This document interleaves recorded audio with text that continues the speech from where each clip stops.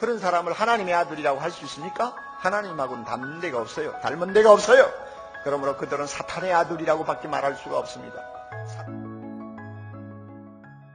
오늘은 우리가 다 잘 아는 바와 같이 50년 전 군인과 민간인을 합해서 450만 명 이상의 인명피해를 내었던 악몽 같은 6.25가 발발한 날입니다. 그날도 주일이었습니다. 이런 의미에서 6월이 되면은 우리는 마음 한구석에 슬픔이 있습니다. 고통이 있습니다. 반세기가 지났습니다마는 이 6.25의 동란으로 인한 상처는 아직도 아물지 않고 있고 오히려 갈수록 우리를 더 절망으로 빠뜨리는 일들이 많았기 때문입니다. 그런데 지난 15일 우리는 이와 같은 우울한 감정을 날려버리고 엄청난 충격과 벅찬 감격을 맛볼 수가 있었습니다. 남북의 두 정상이 북한 순안공항에서 만나 두 손을 잡고 활짝 웃으며 서로를 반기는 모습을 우리가 텔레비를 통해서 지켜볼 수 있었기 때문입니다.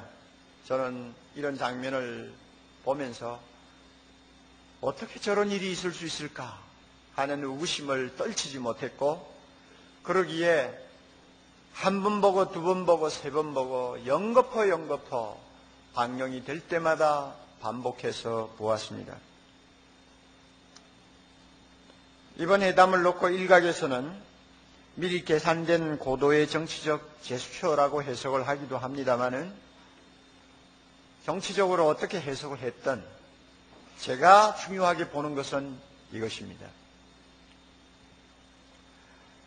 대한민국 대통령이 우리 모두의 오랜 원수였던 북한 최고 지도자를 먼저 찾아가서 뜨거운 가슴으로 만나 주었다는 사실, 이것이 중요하다고 저는 생각합니다. 우리는 이거 하나만으로도 얻을 것은 이미 다 얻었다고 생각합니다. 두 정상이 활짝 웃으면서 서로 반기는 그 모습을 보면서 제 마음에 저 사람들은 하나님의 아들이구나 하는 생각을 했습니다. 틀림없이 그 순간 그들은 하나님의 아들이었습니다. 어떻게 구두를 놓고 하나님의 아들이라고 말을 하냐, 아마 이렇게 물을지도 모릅니다.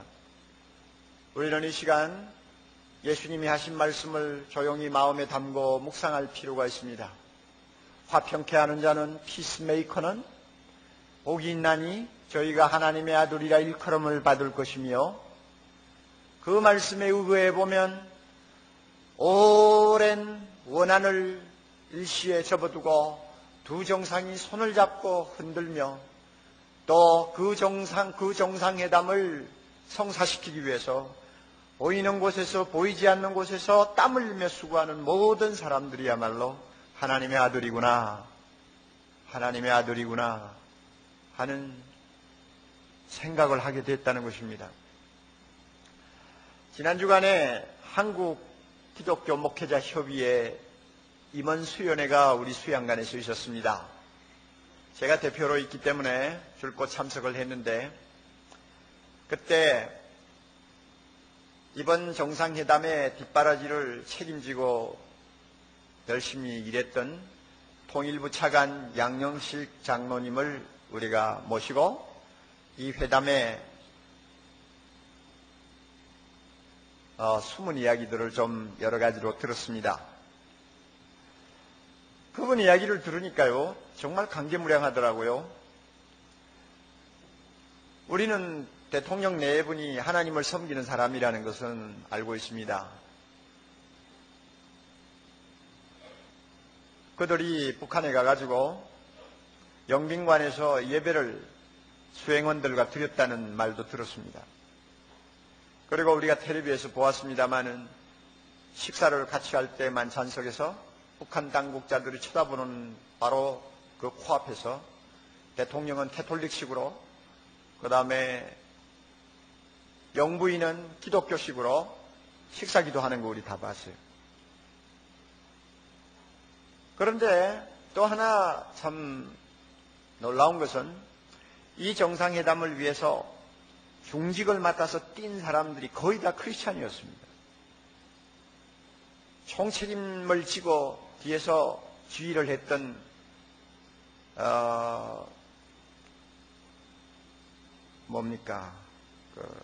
국정원, 국정원 원장도 모 감리교회 권사요. 통일부 차관도 장로교회 장로요. 그 다음에 비서실장도 안수집사요. 그 다음에 또 누가 있더라? 경호실장도 집사요. 외교안보 수석도 집사요. 또 적십자의 사무총장도 집사요. 그러니까 이번 일에 관련된 아주 중요한 직책을 가진 분들이 거의 90%가 크리스찬이란 말이에요. 그러니 이런 예수 잘 믿는 사람들이 함께 힘을 모아서 남북한의 화해를 끌어냈다고 생각할 때 그들이야말로 하나님의 아들이 아닐 수가 없죠. 얼마나 감사해요. 그러면 김정일 국방위원장도 하나님의 아들이냐 하고 이렇게 물을지 모릅니다. 어떻게 그런 사람을 하나님의 아들이라고 할 수 있냐 하고 물으면 할 말이 없죠. 그러나 우리는 다시 예수님의 말씀을 상기해야 합니다. 화평케 하는 자는 복이 있나니 저희가 하나님의 아들이라 일컬음을 받을 것이며, 누구에게 일컬음을 받는다는 말입니까? 세상 사람들로부터 야 하나님의 아들이구나, 정말 하나님 아들 같다 하는 말을 듣는다는 것입니다. 여러분, 하나님의 아들이 따로 있나요? 원수끼리 서로 만나가지고 손 흔들고 화해하면 하나님의 아들이지, 그렇잖아요. 그러니까 정말로 그 김정일 국방위원장이 우리 민족의 평화와 행복과 우리 후손들의 안녕을 위해서 참 가슴을 열고 대한민국 대통령을 만났다고 한다면 그 순간만은 그 사람도 하나님의 아들임에 틀림이 없다고 저는 믿습니다.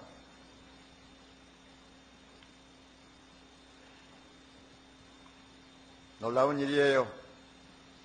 하나님은 화평을 사랑하십니다. 하나님은 평화의 왕이십니다. 어떤 신학자는 창세기 1장 26절 이하에 보면 하나님이 사람을 만드시면서 이런 말씀하셨죠. 우리의 형상을 따라 우리의 모양대로 우리가 사람을 만들자, 이렇게 말씀하세요.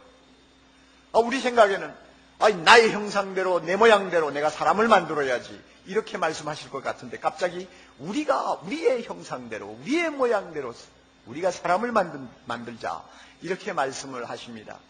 왜 우리라고 하셨을까? 이 사실을 놓고 이 신학자가 재밌는 해석을 했어요. 제가 볼 때 굉장히 귀담아 들을 수 있는 가치가 있다고 생각을 합니다.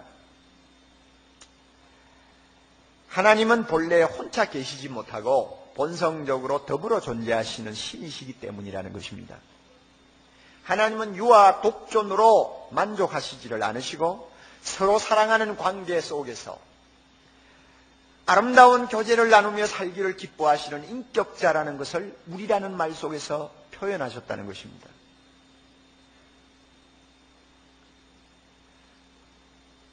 이야기를 듣고 보면은 옳다고 생각이 됩니다. 여러분, 왜 하나님께서 사탄의 유혹을 받아서 자기 품을 떠나 이미 원수가 되어버린 인류를 친히 찾아오셔서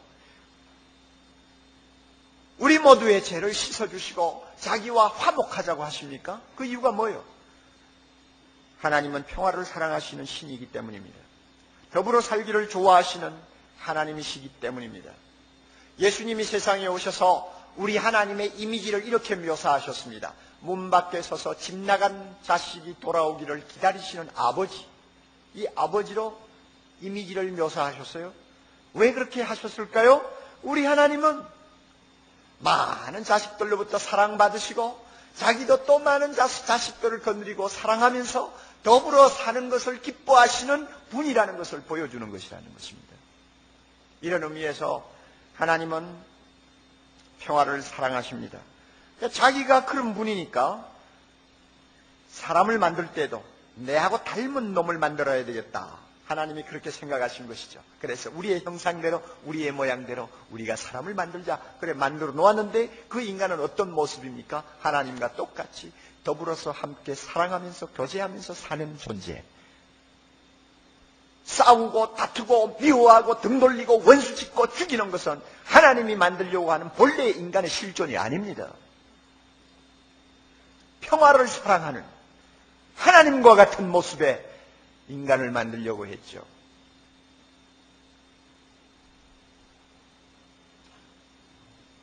반면에 평화를 깨고 사람과 사람 사이를 원수지게 만들고 서로 상처 주는 것을 좋아하는 사람들이 이 땅에 많아요. 그런 사람을 하나님의 아들이라고 할 수 있습니까? 하나님하고는 닮은 데가 없어요. 그러므로 그들은 사탄의 아들이라고 밖에 말할 수가 없습니다. 사탄은 원래 가르고 나누고 미워하고 원수짓게 하고 죽게 만드는 것이 사탄이 하는 짓들이지요. 여러분 우리가 잘 알잖아요. 죄를 가지고 우리 조상을 유혹한 다음에 하나님과 원수지게 만든 것이 누굽니까? 사탄이요. 에덴 동산에서 쫓겨난 아담 하와로 하여금 900년이 넘도록 갈등하게 만든 장본인이 누구요? 사탄이요. 그 당시 사람들은 900년 이상 살았지 않습니까? 그런데 한번 상상해 보세요. 에덴 동산에서 그렇게 미래의 당꿈을 꾸면서 행복하게 살던 사람이 갑자기 에덴 동산 밖으로 쫓겨나와가지고 땅을 파면서 그 더위와 싸우고 그냥 추위와 싸우면서 하루하루 산다는 것이 얼마나 힘들겠어요. 그러니까 자연스럽게 짜증이 나고 원망이 나오지 않았겠어요? 마귀가 계속 마음을 충동질했겠죠. 아담이 아내 보고 뭐라고 짜증 부렸겠어요? 뭐라고 원망했겠어요? 우리 남자들 한 말 해봐요. 뭐라고? 왜 그 선악과는 따먹어가지고 사람 이렇게 고생시키냐? 자기만 고생하면 모르지만은 이렇게 다른 사람까지 못 살게 군다고 하면 그때는 또 아내가 뭐라고 말을 하겠어? 가만히 있을 거요? 가만히 안 있을 거요? 가만히 안 있지요. 여자들이 얼마나 똑똑해요.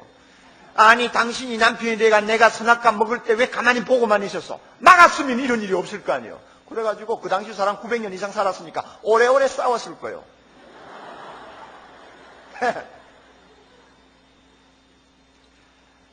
그 집에 두 아들이 태어났어요. 가인과 아벨입니다.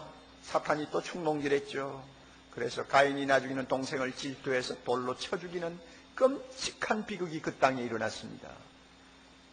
여러분 지금도 사탄은 마찬가지입니다. 달라진 것이 하나도 없어요. 우리 주변을 보세요. 얼마나 많은 사람들이 마음을 갖고 등을 돌리고 서로 원수지면서 살고 있는가. 가까운 사람일수록 더한 것 같아요. 부부 사이가 더한 것 같고 형제 사이가 더한 것 같고 오랫동안 사귀었다는 친구 사이가 더한 것 같아요. 우리 모두는 이전에 비해서 훨씬 더 많은 것을 소유하고 있으며 더 행복하게 살고 있음에 틀림이 없습니다만 그렇게 할수록 우리는 이상하게 점점 마귀를 닮아가고 있습니다. 이주의자가 되고 있어요. 하나님의 아들이라고 말을 하기가 너무너무 부끄러울 정도의 모습을 우리가 많이 지니고 있습니다. 1980년대에 미국 대법관으로 지난 워렌 버거라고 하는 분이 쓴 글을 보고 제가 공감을 한 일이 있습니다. 미국의 대법관이니까 대단한 위치에 있는 분입니다. 그가 탄식을 했어요. 왜 사람들은 재판을, 소송을 이렇게 자꾸 더 많이 하냐? 판사들이 숨을 쉴 수 없을 정도로 소송 건수가 해마다 늘어나는 거예요. 그래서 그 사람이 그 원인이 어디 있는가 하고 깊이 생각을 하고 자기 나름대로 답을 이렇게 말을 했어요. 이것은 가정과 교회가 그 기능을 잃어가기 때문에 이런 일이 일어난다. 그는 그렇게 판단했습니다. 무슨 말인가 하면 교회가 재구실을 하고 교회 다니는 사람이 하나님의 말씀대로 살려고 할 때는 웬만한 충돌이 있어도 웬만한 갈등이 있어도 이해관계가 얽혀도 서로가 양보하고 용서하면서 풀어나가려고 했어요. 그리고 할 수 있으면 자기들끼리 해결하고 끝내려고 했고 교회 안에서 서로가 기도하면서 해결해버렸어요. 그러므로 법정에까지 갈 필요가 없는 거예요. 그러나 교회가 이와 같은 도덕적인 힘을 가지고 사람들의 심성을 떠받쳐주지 못하니까 결국 사람들이 문제가 일어나면 자기 힘으로 감당을 못해요. 모든 분쟁을 다 법원으로 끌고 가는 거예요. 전부 다 고소하는 것입니다. 그래가지고 건수가 점점 많아진다는 거예요. 저는 그분의 판단이 옳다고 생각합니다. 어디 미국만 그렇습니까? 우리나라는 안 그런가요? 사람들이 점점 마귀를 닮아가고 있어요. 하나님의 아들이 아니에요. 사탄의 아들로 변해가고 있어요. 이런 마당에 우리가 어떻게 하면 화평케 하는 자가 될 수 있을까? 우리가 어떻게 하면 피스메이커가 될 수 있을까? 오늘 이 시간 깊이 생각할 가치가 있다고 우리는 봅니다. 세 가지를 말씀드리겠어요. 첫째는 복음을 열심히 전하는 증인이 되어야 합니다. 첫째 조건입니다. 십자가의 복음은 화목하게 하는 말씀입니다. 마치 십자가의 형태를 보듯이 복음을 전하면 하나님과 사람 사이가 화목하게 됩니다. 그리고 수평으로는 사람과 사람이 사랑으로 함께 이어집니다. 이게 십자가 아니요? 그러므로 예수님의 십자가를 전하면요, 그 진리의 말씀은 능력이 있어서 하나님과 원수된 자가 하나님의 품에 안기게 됩니다. 모든 죄를 용서받고 하나님의 사랑받는 자녀가 됩니다. 이와 같이 하나님의 놀라운 사랑을 받는 하나님의 자녀가 되면 비로소 옆에 있는 형제들을 껴안을 수가 있는 피스메이커가 되는 것입니다.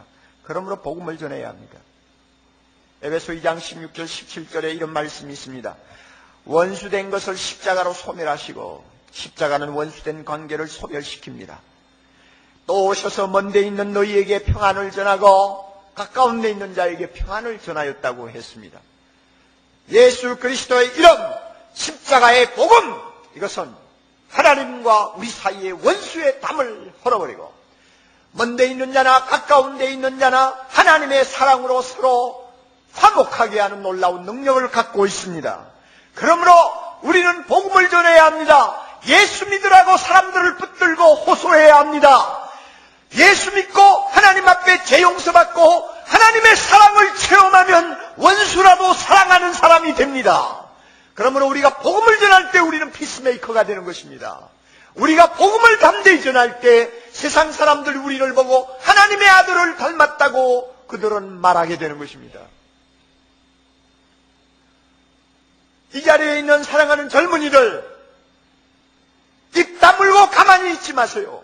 항상 여러분의 포켓에는 전도지를 넣고 다니세요.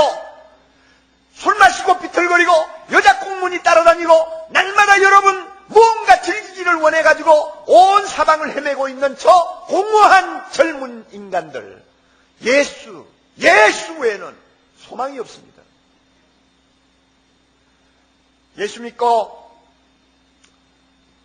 천국을 이룬 가정이 많고요.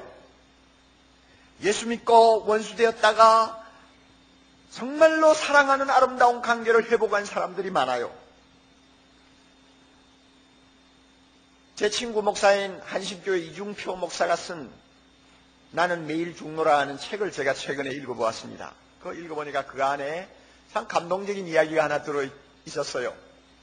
그가 젊은 목사 시절 전라도 고부라고 하는 곳에서 조그마한 교회를 담임하고 있었습니다.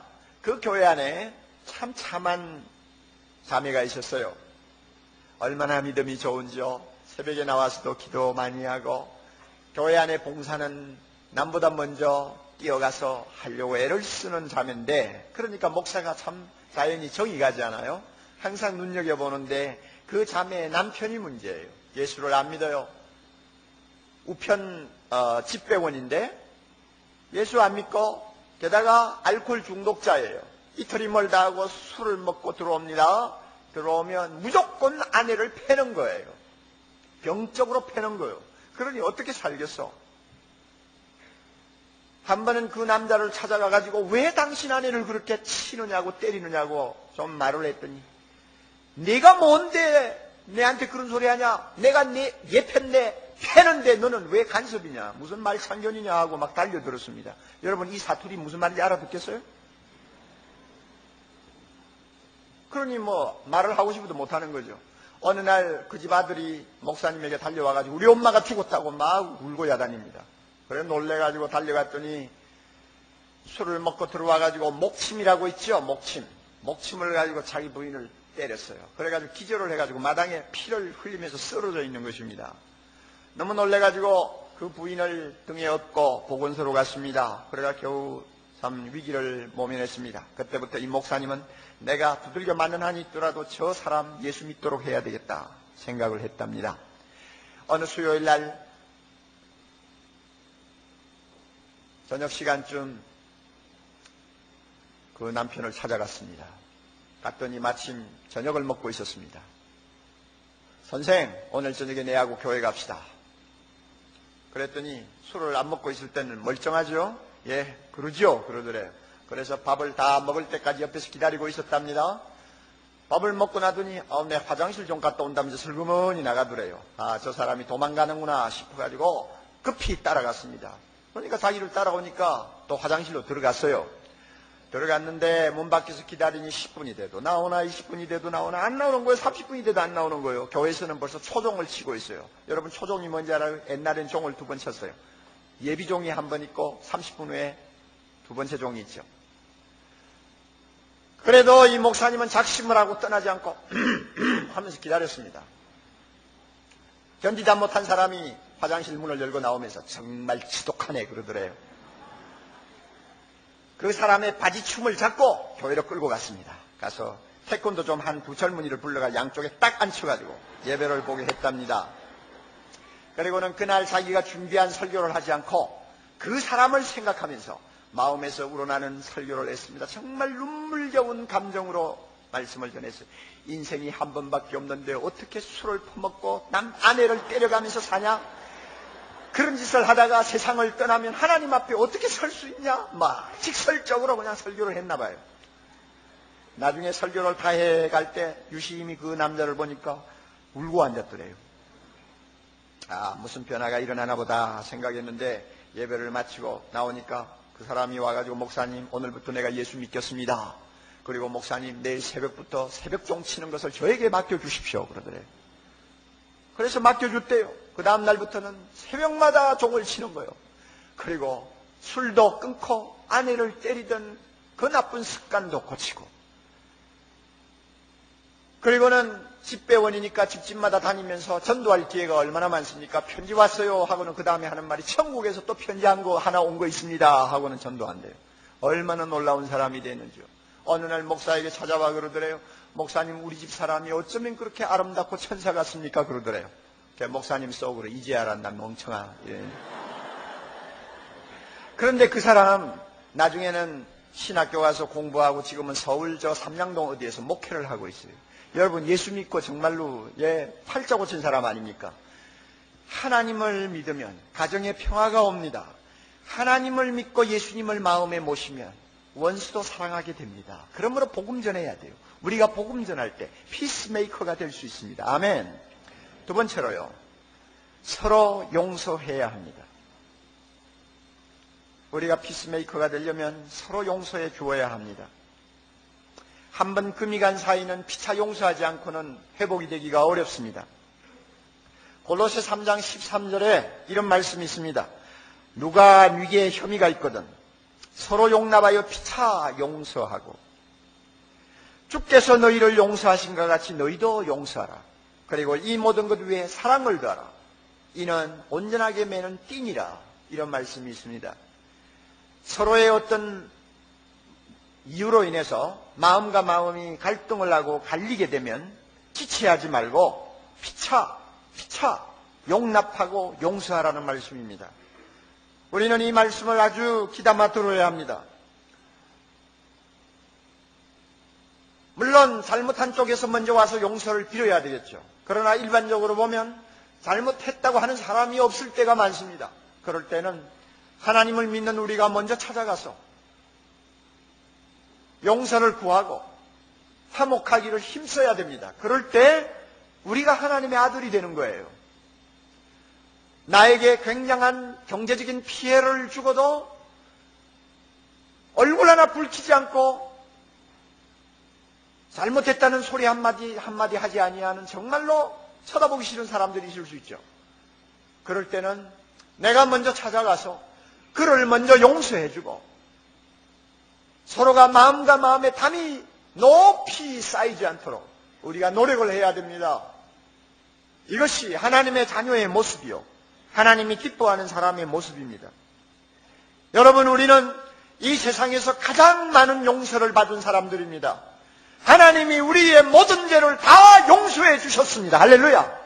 너무나 큰 용서를 받은 우리기에 우리는 이 세상에서 누구보다 더 많은 용서를 해야 합니다. 용서는 단순히 시간과 함께 잊어버리는 망각의 행동이 아닙니다. 예수님이 우리를 용서하셨기에 나도 용서해 주자 하는 모방의 행위입니다. 그리고 내가 용서받았다는 사실 때문에 감격해서 자발적으로 행동에 옮기는 결단입니다. 이것이 용서입니다. 사랑하는 형제자매 여러분, 그러나 우리가 기억할 것이 있습니다. 용서는 희생이 따릅니다. 베드로가 예수님에게 찾아와서 이렇게 물었죠. 형제가 나에게 잘못하면 내가 몇 번 용서해 줄까요? 7번 정도면 됩니까? 그럴 때 예수님께서 대답하시길 7번씩 70번이라도 용서하라. 그리고는 유명한 비유를 말씀하셨어요. 평생 뼈가 부질러지도록 일해도 갚을 수 없는 빚을 진 어떤 신하가 왕에게 가서 그 모든 빚을 탕감받는 비유를 주님이 말씀하셨어요. 그리고 결론이 이것입니다. 용서한다는 게 뭐냐? 빚을 탕감해 주는 것과 같다. 그럼 빚을 탕감해 준다는 것은 돈을 빌려준 사람에게는 돈을 날린다는 것을 의미하는 것입니다. 그렇죠? 못 받으니까 날리는 거 아니에요. 재정적으로 내가 손해보는 거예요. 이것이 용서라고 말합니다. 용서는 손해보는 거예요. 용서는 내가 받을 것을 못 받는 거예요. 용서는 나에게 있는 좋은 것을 어떤 면에서는 날리는 것이나 마찬가지입니다. 한 푼도 손해보지 않고 한마디의 말도 나에게 불쾌한 것은 듣지 않겠다는 그런 계산을 가지고는 아무도 용서 못하고 아무도 용서받지 못합니다. 내가 희생을 감수할 때 용서가 가능한 것입니다. 그리고 또 한 가지 기억해야 할 것이 있습니다. 용서로서 끝나면 안 돼요. 용서는 무엇과 같으냐? 담을 허는 것과 같습니다. 베를린을 동서로 갈라놓았던 긴 장벽이 있었죠. 그 장벽이 어느 날 아침에 무너졌습니다. 그러면 무너진 것으로 끝납니까? 아니에요. 담이 무너지고 장벽이 무너지면 그 다음에는 그 부서진 많은 벽돌 조각들을 치워야 합니다. 치워야 돼요. 우리가 용서했다고 서로 말은 하지만 여전히 마음에 앙금은 있어요. 상처는 아직도 아물지 않고 있을 수가 있습니다. 써먹써먹합니다. 여전히 상한 감정이 남아있어요. 그렇기 때문에 이런 것들을 싸낼 수 있는 후속 조치가 따라와야 됩니다. 그래서 주님은 뭐라고 합니까? 피차 용서한 다음에 그 후에 사랑을 더하라고 합니다. 사랑은 둘을 하나로 묶는 띠라고 말씀하셨어요. 여러분, 우리가 용서를 했으면 용서했다는 그것으로 머물지 말고 더 자주 만나서 더 위로하고 더 가까이 아름다운 교제를 나누며 서로를 위해서 기도해주고 서로의 상처를 싸매는 이 작업이 필요합니다. 후속 조치가 필요합니다. 그럴 때 우리가 피스메이커가 될 수 있습니다. 우리가 하나님의 아들의 모습을 보여줄 수 있습니다. 세 번째로 화평을 깨지 않도록 최선의 노력을 기울여야 합니다. 에베소 4장 3절 평안의 매는 줄로 성령의 하나 되게 하심을 힘써 지키라. 다른 말로 말하면 좋은 관계가 깨어지지 않도록 최선을 다하라 그 말입니다. 여기서 힘써 지키라 이 말은 스푸다조 하는 말입니다. 스푸다조. 여러분 우리 로마의 문화를 잘 알죠? 원형극장이 있고 피에 굶주린 군중들이 모여가지고 검투사들이 싸우다가 한 사람이 피를 흘리며 쓰러지는 것을 보면서 괴성을 지르는 그런 시대의 사람들이었죠. 얼마나 잔인한 문화였습니까? 그런데 자기 순번이 되어가지고 손에 칼을 들고 아니면 창을 들고 원형극장으로 나가는 그 검투사에게 그를 훈련시킨 조교가 뒤에서 이렇게 말하는 것입니다. 스푸다죠. 너 안 죽으려면 죽을 힘을 다해서 싸우라 그 말이에요. 둘 중에 하나가 죽어야 되니까. 이 단어가 바로 에베소 4장 3절에 그대로 인용이 된 것입니다. 우리는 평화를 깨지 않으려고 있는 힘을 다해 노력해야 합니다. 인간관계는 유리그릇 같습니다. 조금만 잘못 다치면 깨져버립니다. 금이 가버립니다.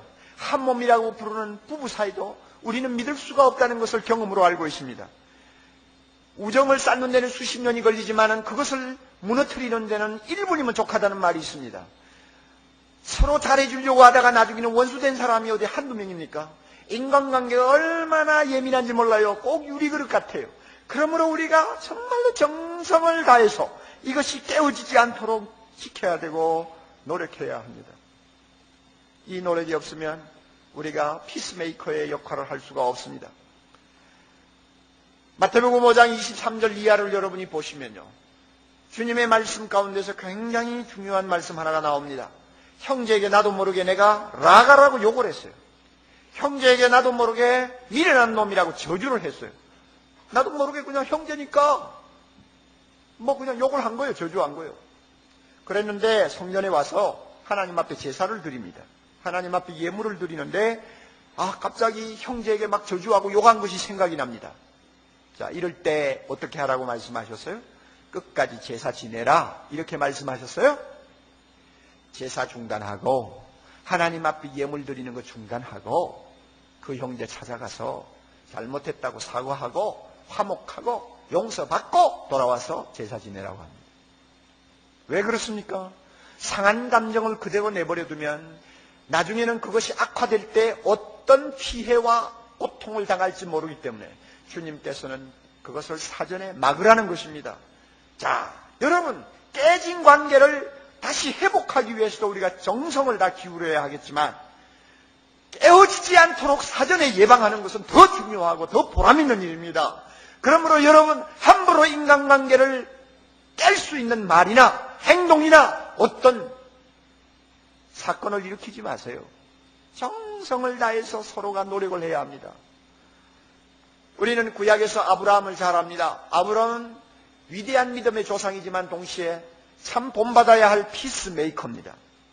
그에게 조카 롯이 있었습니다. 두 가정이 점점 하나님의 축복을 받아서 재산이 늘어났어요. 그 당시에 재산이면 가축 아닙니까? 양쪽 집에서 다 가축이 늘어나니까 소장이 모자라는 것입니다. 그러니까 밑에 있는 목자들이 막 서로 다투는 거예요. 자꾸 충돌이 일어나요. 이렇게 되니까 자연적으로 아브라함과 롯 사이가 불편해집니다. 어느 날 아브라함이 조카를 불렀어요. 야, 우리는 골육이 아니냐. 우리는 서로 친족간인데 싸우면 안 된다. 싸우지 말자. 싸우지 않기 위해서 네가 동으로 가면 내가 서로 가고 네가 우하면 내가 좌하리라. 우리가 갈라서자. 제의를 했습니다. 롯은 그 말을 듣고 잘됐다 싶어가지고 좋은 땅을 먼저 선택했습니다. 롯이 좋은 땅을 선택해서 옮기니까 자연적으로 아브라함은 반대쪽으로 갈 수밖에 없지 않습니까? 그 반대쪽은 목축하기가 그렇게 썩 좋은 땅이 아니에요. 그럼에도 불구하고 아브라함은 자기가 갖고 있던 좋은 조건을 다 포기해버리고 그쪽으로 옮겼어요. 왜 아브라함이 이렇게 했습니까? 아브라함에게 있어서는 평화가 재산보다 더 중요했습니다. 형제와 형제가 우애하고 사랑하는 것이 돈을 모아놓는 것보다도 더 보람되고 아름다운 것이라고 그는 확신했습니다. 그러므로 돈을 손해보고 자기의 재산이 좀 축이라도 형제 사이가 잘못되지 않기를 그는 바랬던 것입니다. 얼마나 위대합니까? 하나님이 이런 사람 좋아합니다. 그러니까 조금 후에 하나님이 아브라함을 찾아와서 이렇게 말씀하세요. 아브라함아, 너 있는 곳에서 눈을 들어 동서남북을 바라보라. 다 보라. 내 눈에 들어오는 모든 이 영토를 다 너와 너 후손에게 주겠다. 하나님이 약속하셨습니다. 하나님은 피스메이커를 사랑합니다. 왜냐하면 자기를 닮았기 때문에. 오늘 우리는 어떻습니까? 이것저것 양보하고 서로 사이가 나빠지지 않도록 애를 쓰다가도 돈 문제만 나오면 눈에 쌍심지를 켜요. 그렇죠? 절대 양보 안 하려고 합니다. 오늘 우리는 하나님의 아들다운 모습이 없어요. 마귀의 아들 같아요. 돈 하면은 인정사정이 없어요. 그러니 하나님이 우리를 어떻게 축복해 주시겠습니까? 예? 자기를 닮은 데가 있어야 귀여워해 주지. 마귀를 닮은 데가 더 많은 사람을 어떻게 축복하겠느냐 그 말입니다. 사랑하는 형제자매 여러분, 하나님의 아들, 하나님의 딸이라는 말을 듣고 살고 싶습니까? 피스메이커가 됩시다. 분쟁이 있는 곳에 평화를 심는 하나님의 아들이 됩시다. 그러기 위해서 복음을 전합시다. 서로 용서합시다. 그리고 힘써 우리의 평화를 지킵시다. 여러분, 가정을 돌아보세요. 오늘 당장 가서 두 사이에 막힌 담을 헐어야 될 사람들이 없는지 한번 돌아보세요. 여러분의 직장으로 가보세요. 더 나아가서는 우리 교회 안에서 여러분 구석구석을 돌아보세요. 내하고 담을 쌓고 1년, 2년 마음을 열지 못하고 있는 형제자매가 없는지. 그대로 방치하면 안 됩니다. 하나님이 미워합니다. 그대로 방치하면서도 날마다 기도하면 그것은 하나님의 아들의 모습이 아닙니다. 우리 모두 마음을 열고 하나님이 우리를 용서하신 것 같이 서로 용서하고 서로가 손잡고 그리스도 안에서 사랑을 나누는 아름다운 축복이 우리에게 있기를 바랍니다. 이럴 때 하나님이 우리에게 기도의 응답을 주십니다. 하나님이 우리를 책임져 주십니다. 하나님이 우리를 사랑해 주십니다. 남북이 반세기가 넘도록 갈려있는 이 땅, 동서가 지역 감정으로 깊은 고를 안고 실험하는 이 불행한 나라에 예수 믿는 우리가 하나님의 아들로서 피스메이커로서의 모습을 보여주지 못하면 이 땅에 무슨 소망이 있고 평안이 있겠습니까? 우리 모두가 하나님의 아들다운 피스메이커가 되어야 합니다. 이 사명 가지고 이 사회를 치유합시다. 이 나라를 치유합시다. 그러면 하나님이 이 땅에 축복해 주실 것입니다.